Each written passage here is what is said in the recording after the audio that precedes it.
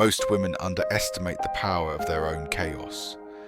They are taught to fear it, suppress it, and replace it with something more palatable: order, politeness, predictability. Yet it is not the neat and measured that ignites the masculine mind, but the wildfire that refuses to be tamed. The man's unconscious does not dream of a well-behaved doll. It dreams of the storm, the unpredictable tide, the moon that governs the dark waters of his soul. In Jung's vision, this chaos is not mere recklessness. It is the raw, unfiltered presence of the anima, the feminine principle that lives inside every man but remains foreign to his waking self. The man seeks it because it calls him into the underworld of his own psyche. He does not consciously understand why he is drawn to her laughter that rings at the wrong time, her moods that shift like weather, her gaze that seems to see what he hides from himself. She is not chaos in the sense of destruction, but in the ancient sense of chaos, the fertile void from which all creation begins. When you, as a woman, embody this chaos, you are not performing for him. You are simply inhabiting the wholeness of your nature. You have stopped trying to be digestible. You have stopped trimming your edges to fit the small boxes the world offers. And that refusal is intoxicating because it mirrors to him what he most lacks: liberation from his own inner chains. He may walk through life armoured in logic, discipline, and social rules, but in your presence, something older wakes up, a primal longing to feel without restraint. This is why the feminine in her untamed state is not for the faint-hearted. A man can admire beauty, but beauty without depth does not unsettle his soul. Chaos is the depth, mystery that will not be solved, energy that will not be domesticated. It whispers to him that life is more than control, that meaning is born not in sterile order, but in the passionate collision between the known and the unknown. But understand this: the woman who wields her chaos without self-knowledge becomes dangerous to herself before she becomes dangerous to him. True seduction is not hysteria. It is the deliberate, grounded allowance of your emotional and instinctive currents to flow without apology. When you master your storms, you do not silence them. You learn to ride them. The wildness becomes magnetic because it is contained within the vessel of a self-possessed woman. She can be lightning without burning herself to ash. The masculine mind, especially in its unawakened state, often fears what it desires most. Your chaos will attract him like a moth to flame, but it will also trigger his defenses. He may try to categorize you, to tame you, to make you safe. He does this not because you are too much, but because you are the mirror he cannot easily look into. Every unpredictable move, every shift in emotional temperature, every sudden moment of vulnerability or fire, these pierce through his cultivated sense of control. He will not always thank you for it. Some men will run. They will seek comfort in women who pose no threat to their carefully arranged identity. Others will stay, but fight, trying to mold you into something more familiar, less confronting. Yet a rare few will do what is hardest. They will surrender to the dance. They will let your chaos pull them into the depths, not to be destroyed, but to be reborn. Carl Jung understood that the anima does not appear as a polite guide. It often first comes as disruption, as emotional storms, as inexplicable attraction. She seduces the masculine mind not through passive beauty, but through awakening. She forces him to feel what he has long suppressed. And in that awakening, he either evolves or retreats. For you, the question is not how to be chaos for his sake. It is how to live so fully in your own truth that your presence becomes the test. right man will not try to snuff out your fire. He will recognize it as the light by which he can see himself more clearly. So let your voice rise when the moment demands it. Let your silence cut when words would dilute the truth. Let your desires shift and twist without apology. Stand in the paradox of being nurturing one moment and utterly untouchable the next. Your chaos, in its highest form, is simply the refusal to betray your own nature to keep another comfortable. And when a man meets that, truly meets it, he is not meeting you in the small surface sense. He is encountering the archetype, the timeless feminine force that has pulled warriors from their battles, kings from their thrones, and hermits from their caves. You may think it is your eyes, your laughter, your unpredictable energy. But deep down, something older knows. It is the chaos that calls him. And so, the dance deepens. The masculine, drawn by her apparent disorder, does not see random flailing. He sees movement without apology. He senses the presence of something ancient, an ungovernable current that his rational maps cannot chart. Her laughter does not beg for permission. Her silences do not ask for explanation. She exists in the liminal space between what is safe and what is sacred. And this unsettles the man whose world has been carefully measured by the lines of logic and the comfort of predictability. It is in her contradictions that he begins to lose his anchor. She is gentle, yet unyielding. She can nurture with a tenderness that feels like home, and moments later, withdraws so completely, he questions if she was ever truly there. The masculine mind, built to solve and conquer, cannot solve her. And therein lies the seduction. She is not a problem to be fixed, but a mystery to be experienced. And that subtle shift disarms him in ways no calculated strategy ever could. Jung would say, this chaos is not chaos at all, but the archetypal feminine in its raw, untamed state, the anima fully alive. The man who meets it is not just meeting a woman, he is encountering the buried half of his own psyche, the part that his culture, his upbringing, and his own pride have taught him to suppress. She mirrors the beauty of his unclaimed emotions, the ones he hides beneath armor.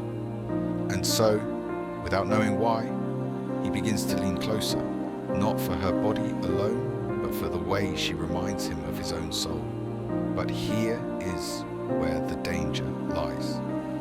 For him and for her, the masculine often mistakes this pull as something he must possess.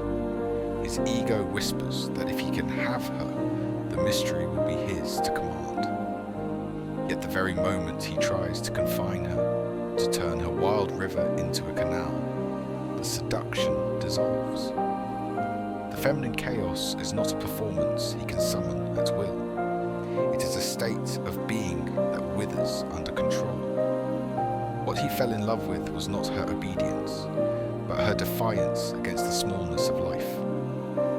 And you, if you walk in that chaos, must understand this. A man drawn to your fire may also fear it. He may try to dim it in the name of love, not realizing that he is strangling the very light that captivated him. You will feel the pull between wanting to be chosen and refusing to be caged. This is the razor's edge of feminine power, the choice between shrinking into comfort or standing as the storm that reshapes the shore. The seduction works because chaos awakens something dormant in him. It challenges his control over his own shadow. Jung knew that the masculine shadow often hides the fear of losing dominance, the fear of surrendering to feeling. In your presence, he senses that to be with you fully, he must loosen that grip. It terrifies him. It liberates him. He may fight you, adore you, resent you, worship you, often all at once. In this volatile tension, intimacy deepens. Not the safe kind, not the polite exchange of predictable affections, but the primal kind, the intimacy that demands he strip away the armour of certainty. You will watch him wrestle with himself, see him try to retreat into his logic, and feel him pulled back towards you by something older than thought. That is the power of the feminine chaos. It erodes the fortress stone by stone, not through attack, but through the impossible task of resisting the ocean. And as he surrenders, whether for a night or a lifetime, the boundaries between his mind and yours blur. He begins to speak in metaphors, dream in colours, notice the curve of the moon and the tremor in his own voice. Your very presence reminds him of the poetry he abandoned. This is not your doing alone. It is the alchemy of polarity, the way opposites create life through tension. But do not mistake his surrender for permanence. The masculine mind is cyclical in its courage. One moment, he can hold your chaos with reverence. The next, he will retreat to rebuild the order he knows. If you chase him in those moments, the spell fractures. If you stand still, in the fullness of your storm, he will return, not because you pulled him back, but because the silence of your absence will haunt him more than any words could. He feels drawn not to her beauty alone, but to the way her presence disorients his well-ordered thoughts. The masculine mind thrives on structure, cause, effect, strategy, and outcome. Yet she moves in patterns that resemble no map he has ever seen, flowing like rivers that change course without warning. In Jungian terms, she embodies the Anima, the archetype that haunts and fascinates him, not because it can be possessed, but because it is forever untamable. She is a storm disguised as a lull, a question that deepens with every answer he tries to give. Men who have not confronted their own shadow will find this chaos unbearable, even dangerous. It stirs in them the fear of losing control, because control is their fortress, their shield against the unpredictable nature of life. But for the man who is ready to meet himself, truly meet himself, her chaos is an invitation, an initiation into the depths of his unconscious, where his own wildness sleeps like a forgotten god. She does not seduce by bending herself to his expectations. She seduces by being unapologetically ungovernable. Her power lies not in seeking his attention, but in living so deeply in her own pulse that he feels the gravitational pull of her self-possession.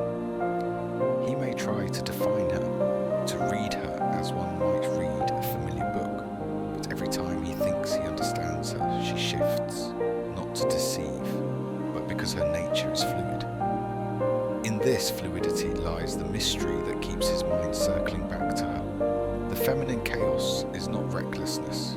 It is the refusal to be caged by the linearity of masculine logic. It is lunar, tidal, cyclical. Rhythms that do not move in straight lines, but in spirals. And to the masculine mind, which is trained to solve, to conquer, to arrive, this spiral is maddening and magnetic.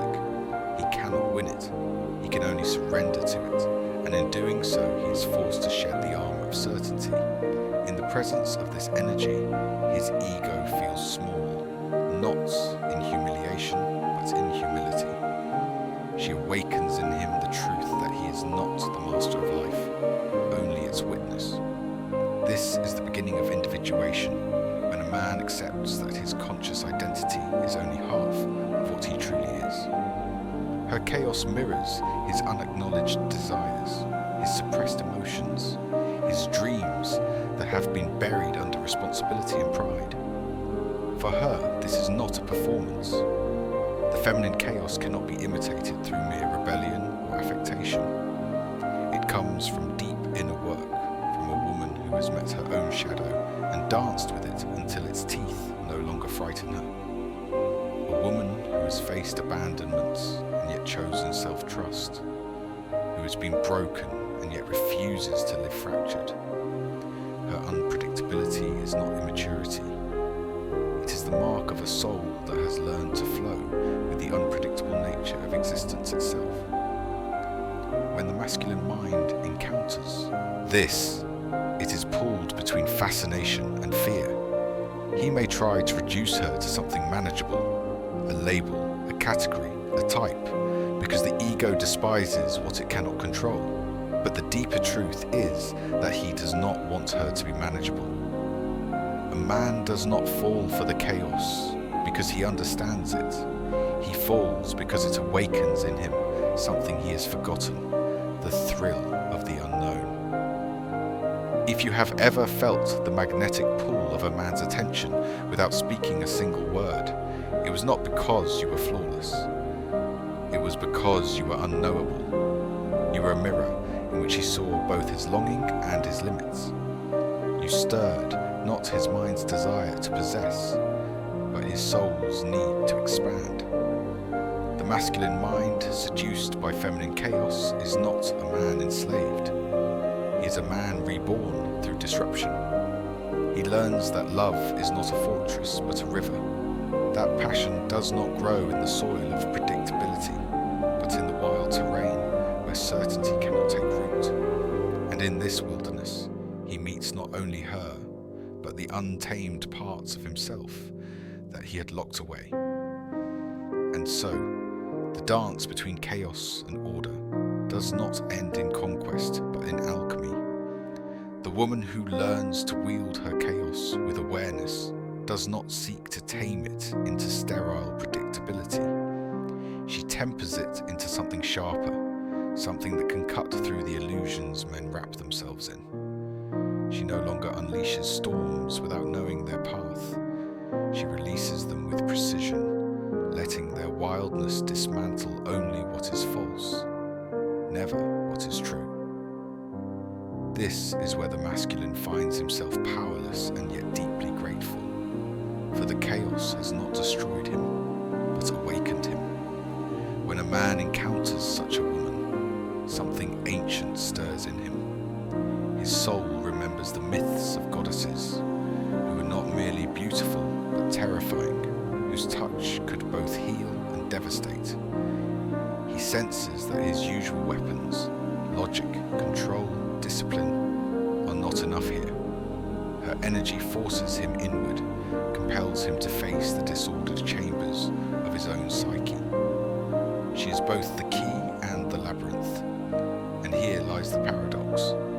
He cannot possess her without first possessing himself. Any attempt to cage her, to anchor her wildness solely for his own comfort, will only ignite the very chaos he fears. She belongs not to him, but to something higher, the truth of her own becoming. For the feminine that seduces most deeply is not the one who seeks to be adored, but the one who is willing to be misunderstood, misjudged, even feared, if it means staying faithful to her own essence. This defiance does not come from arrogance, but from alignment. She is not playing a role, she is answering a calling. Men may try to read her as a riddle to be solved, but the more they look, the more they see their own reflection. And if they do not like what they see, they will call her dangerous. Yet to the man who is ready, truly ready, her chaos is not destruction, but liberation. She dissolves the false walls he's built around his own soul. She shows him that order without passion is lifeless, and passion without structure is madness, and that the two must meet in the center for life to have meaning. She draws him into that center, not through promises, not through obedience, but through the irresistible pull of her unshaken presence. But be warned, to embody this form of chaos is not for the faint of heart. It requires the woman to walk the knife's edge of self-awareness, too far into her shadows, and she becomes consumed by them, too far into the light, and she loses the depth that gives her power. She must learn the rhythm of her storms, when to let them rage, She must refuse the easy comfort of being nice, just to be liked, and instead stand in the discomfort of being real. In this, she becomes not only a mirror to the masculine, but also a compass. She reminds him of the parts of himself that discipline alone could never reach. And while he may try to turn away, some invisible thread pulls him back, not because she manipulates, but because the soul craves what the ego fears. Carl Jung spoke often of the Anima and Animus, the inner feminine in the man, the inner masculine in the woman. When these forces meet in the external world, they are not just meeting another person, they are meeting the unclaimed parts of themselves. The feminine chaos, when owned and integrated, becomes the living embodiment of the man's own buried anima, a wild, untamed voice inside him that has been silenced by years of rationality, conformity, and fear. She wakes that voice, and once awakened, it will not go back to sleep. Some men will run from this awakening, preferring the safety of their own illusions. But the ones who stay, the ones who brave the storm, will never be the same. They will emerge stripped of falsehoods, tempered like steel, capable of meeting the world not just with strength, but with soul. And it is here, in this crucible, that a different kind of love can be forged. One that is not built on dependency or dominance, but on mutual transformation. For in the end, the feminine chaos does not seduce simply to lure. She seduces to awaken. And those who dare to meet her fully are not destroyed, but reborn. The woman who knows her worth doesn't chase, she chooses.